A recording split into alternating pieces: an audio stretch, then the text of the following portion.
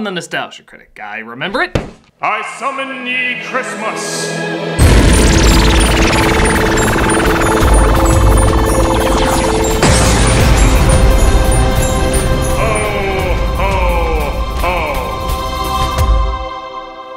Did a nice little Christmas intro and nobody got hurt, no worlds blew up or anything, everything is good.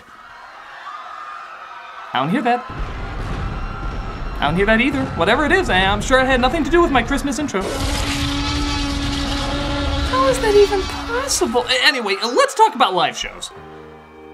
Since pretty much the dawn of television, live shows have been a very regular thing. But they've had a bit of an explosion these past 5 years. Shows like The Sound of Music with Carrie Underwood, Peter Pan with Christopher Walken, and The Wiz with Queen Latifah have been raking in big numbers for NBC. Clearly because they were good, right? Oh, yeah.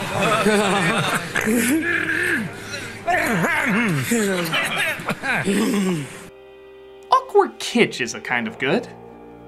Not wanting to be left out of the musical equivalent of dogs playing poker, Fox decided to throw their hat into the ring with Grease Live with Vanessa Hudgens and the Rocky Horror Picture Show with Laverne Cox. The specials apparently did well enough to warrant what Fox was hoping to be the crowning achievement of hokiness, because Lord knows we haven't made it hokey enough already, A Christmas Story.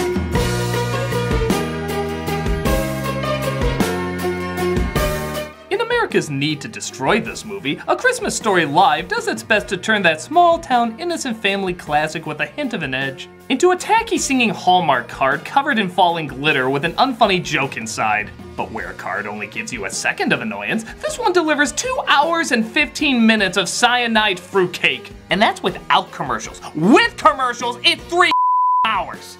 The special is like a forgettable ugly sweater that someone paid millions of dollars to glamour up, creating an even more forgettable ugly sweater.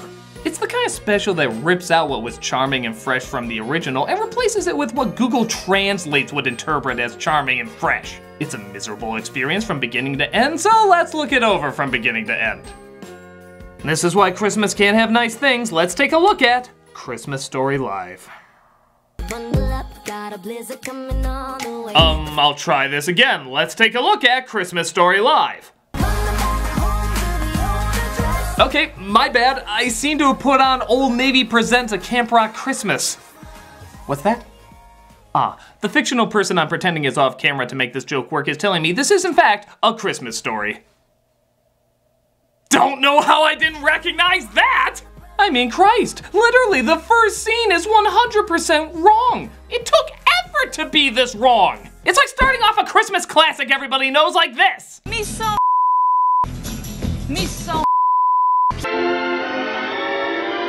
Well, now I feel obligated to say this. Don't do that, Fox. We actually know you would now. So after trying to make Ralphie's bunny pajamas somehow hot, we bizarrely have enough sexy rabbits, thank you. Something kind of resembling A Christmas Story finally starts. And at first, I will admit, it is impressive to think this is all done live. The shots, the visuals, the movement, the timing, this would all be difficult to do on its own, taking out that you have to get it done on the first take. But sadly, it's narrated by an actor who's known for giving a performance like it's his first take. Matthew, he was good in that one thing, Broderick. Broderick's entire performance is the most constant reminder that this is live. Because he's so incredibly awkward that you swear rather than creating emotion first and racing against the clock second, he's racing against the clock first and creating emotion never. I had renewed reasons for optimism. Santa was on the case. I'd heard a lot of no in the past 3 weeks from no less than Santa himself. Lake Michigan was so polluted you could run halfway to Milwaukee before you sank to the bottom. Here it is, the house on Cleveland Street. Higbee's, the high water mark of the pre-Christmas season. Everything he says is like the flower shop scene from The Room. Any human feeling accidentally entering the equation is clearly an indirect byproduct. For months I'd been thinking of the Red Rider and nothing else. Now here it was, the real thing. That's a lot of Maya Rudolph plays Ralphie's mom, and Ralphie is played by Andy Walken. No relation to Christopher Walken that I know of, yet somehow he still inherited every one of his scary faces. Don't seem desperate, or you're done. Okay, before I go too harsh on this kid, he is a kid and he's still learning, and to his credit, he's been in a lot of other stuff. Movies, a steady gig on a TV show. I legitimately hope his talent grows and he has a nice long career. But when you put that kid in eye-warping glasses with frames so black even Tim Burton would say too dark on a live show where you can't always get the best lighting, flattering camera angles, and you're encouraged to come across big and silly, unchecked, that kid can be terrifying. Look at the way the shadow hits his eyes. He looks like Harry Potter turning into Gollum. Did you know the same director of A Christmas Story also directed Black Christmas? You would if he put these shots of that kid in both of them. Okay, well, let's hope his singing can balance things out. Then there's Mother. She can be tough. I'll drop a couple hints. He's really good and the kids are all right. Anyway, he's just a little boy. What's Broderick's excuse? That's right, boys. Take it from me. Me, if you want to keep your homestead free of villains, I give you Old Blue. Oh, one of these days the Blue Fairy will come and make me a real actor. There's nothing wrong with your monitor, by the way. The aspect ratio keeps changing. I'm assuming this is whenever there's a fantasy Ralphie is having, which means there must have been some confusing thoughts he was going through when these women came out in his PJs.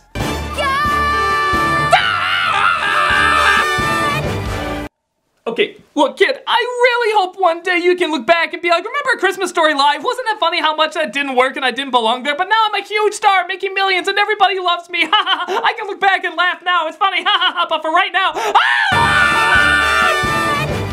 The special is interrupted by a nice recognition of the first responders to last year's California wildfires. Please join us in honoring the first responders who put their lives on the line to serve and protect us all. But I'll admit, it's a little muddied where immediately after, instead of promoting a wildfire charity you could give to, it instead pushes a special Twitter emoji if you tweet their hashtag. Oh, heck with those wildfires, I want that emoji!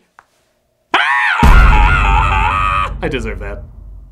If you've seen the original, a lot of this will seem familiar. Ralphie drops hints that he wants a BB gun, the father fights with the furnace slaps him, I guess, and legitimately good improv overshadows this prop malfunction.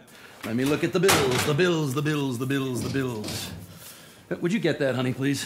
What is this here? Yeah, oh, we've got our bills. My God, that was the only part of the musical that actually felt genuine. It felt real and not forcibly overblown, much like the original. So, the only part of A Christmas Story Live that actually felt like a Christmas story was literally by accident! There's a profound Zen riddle in there somewhere, but it's distracted by another song number. This one's about crosswords. Of course, that's what was missing from the original. Back to your favorite quiz show, Are You a Genius? Hey, where's the bars on this one? It was in all of the other fantasies, why isn't it in this one? Are we supposed to assume this isn't a fantasy and there's actually a game show going on in his kitchen? About as much as Broderick's line delivery here isn't the loudest cry for help this musical can muster. With Rinso, it's easy to pretend everything's fine. Production denial never felt so benign. Tinkerbell's pal, forever a boy, Peter. Peter. Yeah, 3 letters? Yeah, Peter, Piper picked a peck of pickled peppers. Peter Ilyich Tchaikovsky, that's not gonna fit. Yeah, he's definitely gonna win with that encyclopedia knowledge. Here's the intro to the bullies, and again, listen to the original narrator, the author of the book, talk about these people as if they were real compared to a professional world-famous actor who does this for a living. Farkas, what a rotten name, staring out at us with his yellow eyes. He had yellow eyes, so help me God, yellow eyes. Scott Farkas. Even his name sounded mean and dirty, and Farkas had yellow eyes. I swear he did. But to be fair, Broderick got paid a lot of money to do this, and the author only did it because he wanted to. When you're a witch, when you're a witch. We get a song about how rotten the bullies are, and the more I watch, the more I realize the songs themselves actually aren't that bad for what they are. They have good melodies and clever lyrics, but they belong in a big over-the-top production, which is not what Christmas Story was ever meant to be. They were little scenes that felt real because they were little. It's like the brother crying in the kitchen. That's so sweet and feels so real because it's allowed to be a smaller moment. I feel like here if they did that scene, they'd just be like, under the sink, under the sink. But they make up for that with comic gold like the teacher, played by Jane Krakowski, being obsessive compulsive. Our first activity of the day will be... What you saw adds nothing to anything and should have been left out. Our apologies. If I could get Miss Shields to sympathize with my plight, she might phone my mother and implore her to get me that gun. That doesn't sound cryptic at all. Those that owe me that drug money will pay. Nobody messes with Gangsta Ralphie. Nobody. Ralphie to the rescue! Oh. He has another fantasy about saving people with his BB gun. Again, not a bad number on its own, but in the original it's short and sweet, only 2 minutes. In this version, it's 6. 6 minutes of this! It's so long, boring, and pointless, I almost pray there'll be a screw-up to make things more interesting. But I think that everyone should have a Red Ryder BB gun. Oh, sorry, the mics in my fantasy forgot to turn off. We then follow that fantasy with another fantasy. Yeah, remember how they were spaced out in the original? Stupid! As now the mother gets a song about being a mother. And boy, does she do a great impersonation of Russell Crowe from Les Mis. The floors have been scrubbed like a woman possessed, and we're steady and stable. Oh, wow. And piles of paper appearing right out of thin air. Because that's what a mother does. I didn't know you could go through 2 puberties, or that your voice could crack 3 times while it happens. The very best Christmas there ever was. That's what a mother does. Excuse me for a minute, I need to go back where I was talking about Ralphie singing. He's really good and the kids are alright. But he does sing better than Maya Rudolph. I'm assuming that'll make sense later.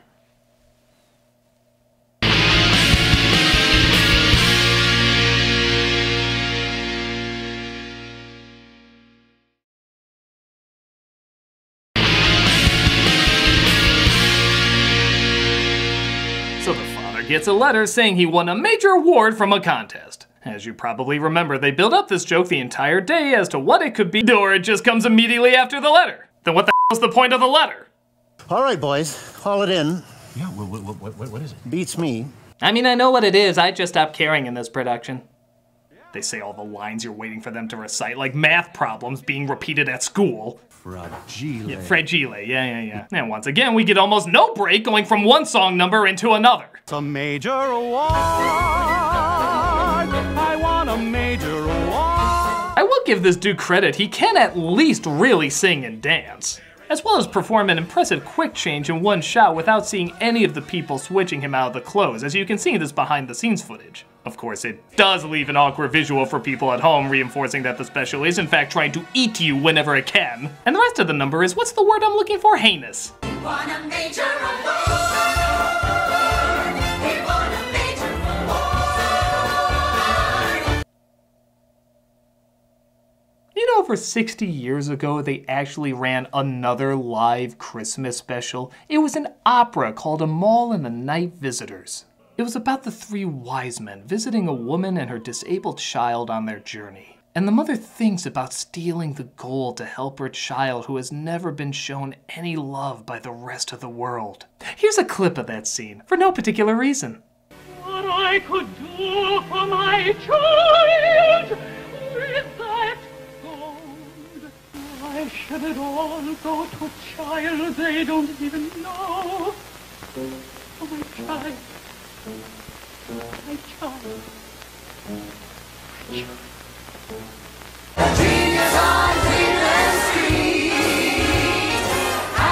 God, I hope you feel as dirty as I do. They go to a Christmas tree farm owned by Ken Jeong, who in check can be funny, but in something like Christmas Story Live? Tall trees, short trees, green trees, pastries. Just a little Christmas tree humor. Well, it's no deep Wang, but few things are. Thank God. Why, this is the happiest non-moving car ride I've ever seen. They get a flat from remaining perfectly still, and if you know the original, you know the following scene fits this special's tone like a glove made of thorns. Fudge. But I didn't say fudge. I said the word. Because again, in the original, they talk like real kids, real parents, real situations. So a scene like this really works in the environment they created. Here it's like somebody saying in Annie. It doesn't match in the slightest. Not that I wouldn't mind seeing that in Annie, but... Now this is how you do a convincing scream take. Ralphie! Oh my God! Well, I think we all know what's up next. Schwartz's mom talking about spelling tests.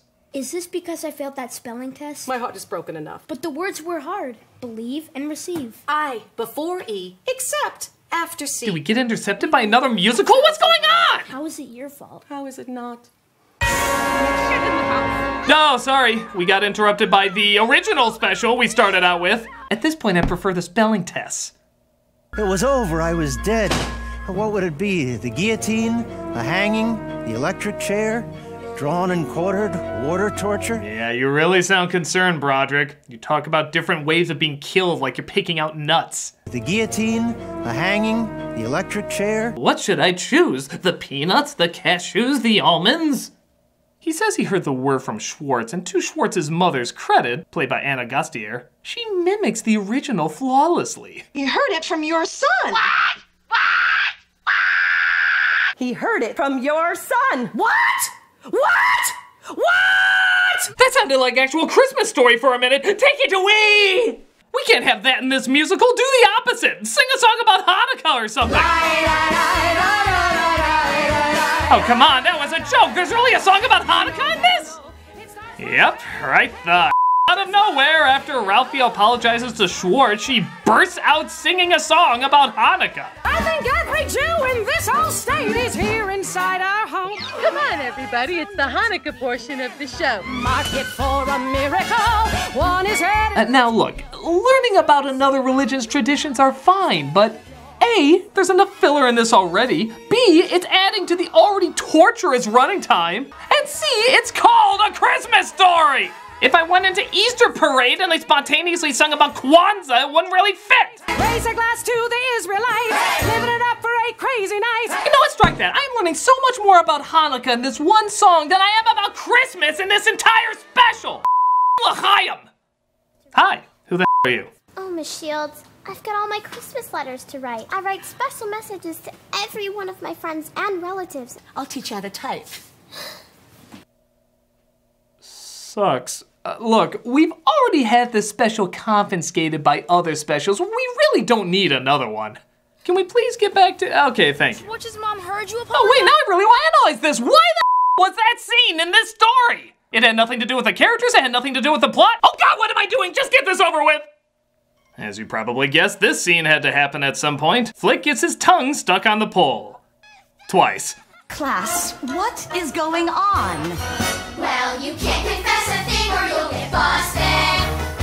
You know, singing your crime doesn't make me hear it any less. You all have detention.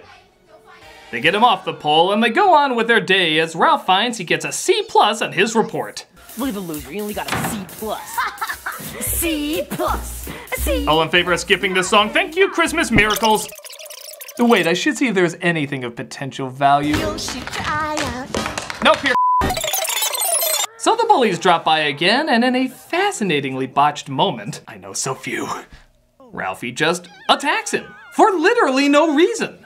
In the original, the bully hit him with a snowball, breaking his glasses. It hurt. He was crying. He was afraid of his father's wrath. A father he loved, but he was kind of afraid of. And on top of that, he was mocked endlessly. It was perfectly built up, so you felt like you would attack too. But here, he's just called names, nothing else. The bullies called him names all throughout the special. If anything, he kind of looks insane just randomly attacking him at this point.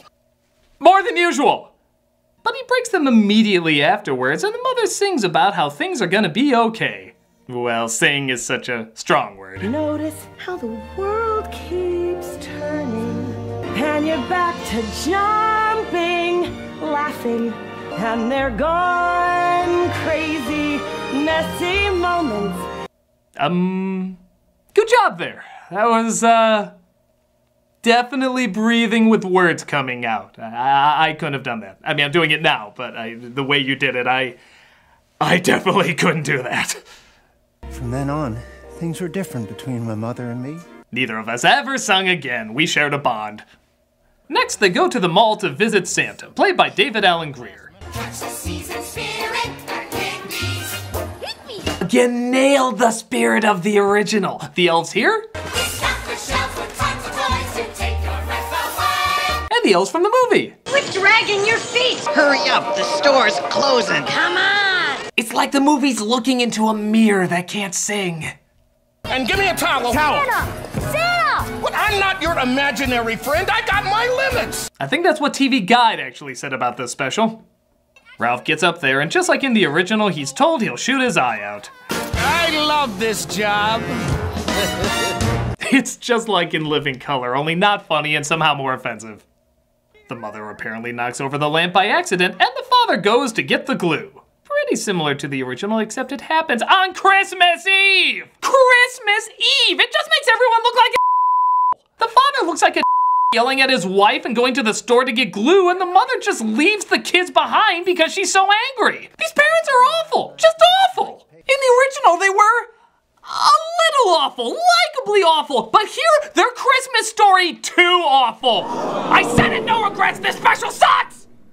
They come home and immediately make up, making this all completely pointless. And since we know you don't ever want this to end, here's a song about the kids not being able to sleep.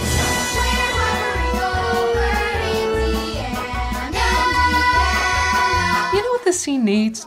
That yak from that Ren and Stimpy episode that goes completely insane. He'll come swerving down the hill, catch the curve around the middle. Shut up! I can't stand it anymore! All the time! Singing!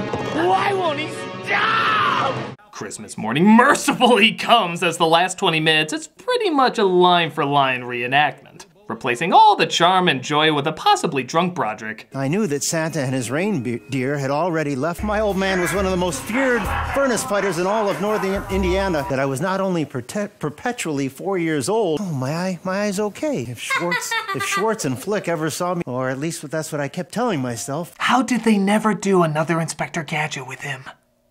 I know I'm picking on him too much, but a lot of people really do underestimate the passion of the original. So, once again, here's the author, a guy who made his living writing, giving acting a shot, against a highly paid Hollywood actor who does this professionally. My eye's all right. The BB must have hit my glasses. My glasses? Oh no, where are my glasses? Few things brought such swift and terrible retribution on a kid as a pair of busted glasses. Well, the BB must have hit my glasses. My glasses? Oh no, where were my glasses?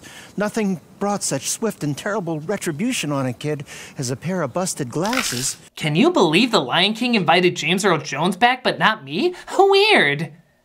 Like the original, he pretends an icicle hit his eye and he gets to keep the gun. The dogs eat the turkey but forget to take the tablecloth, so the father makes up for that. There you go. And they go to the Chinese restaurant where, prepare yourself, there's an actual funny joke here. Deck the halls with boughs of holly. Fa la la la la la la la la. Oh, I wasn't expecting that. What were you expecting? I don't know. That means I have to say I laughed once in this!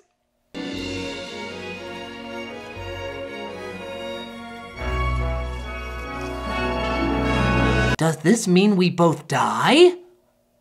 It finally ends with everyone taking a bow, but they never address the most pressing question that the special raised. Did the girl ever learn to type? Well, that's the most investment I got!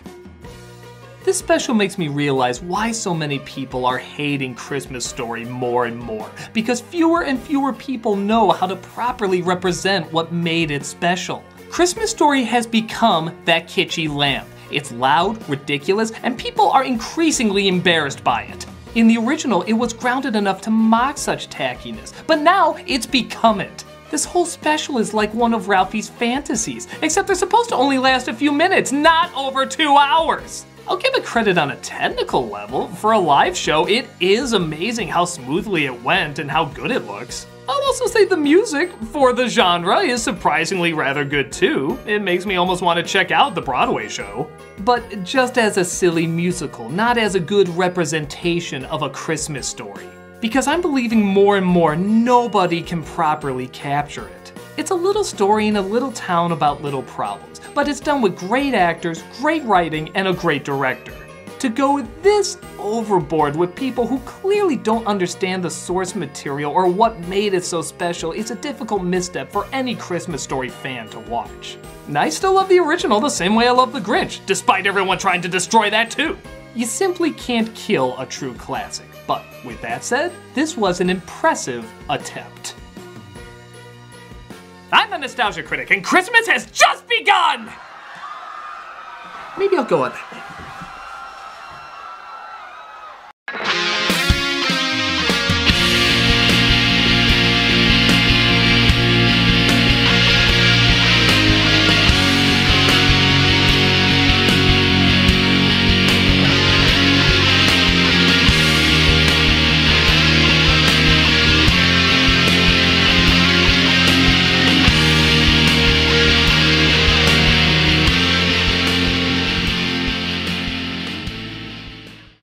My glasses. Oh no, where were my glasses?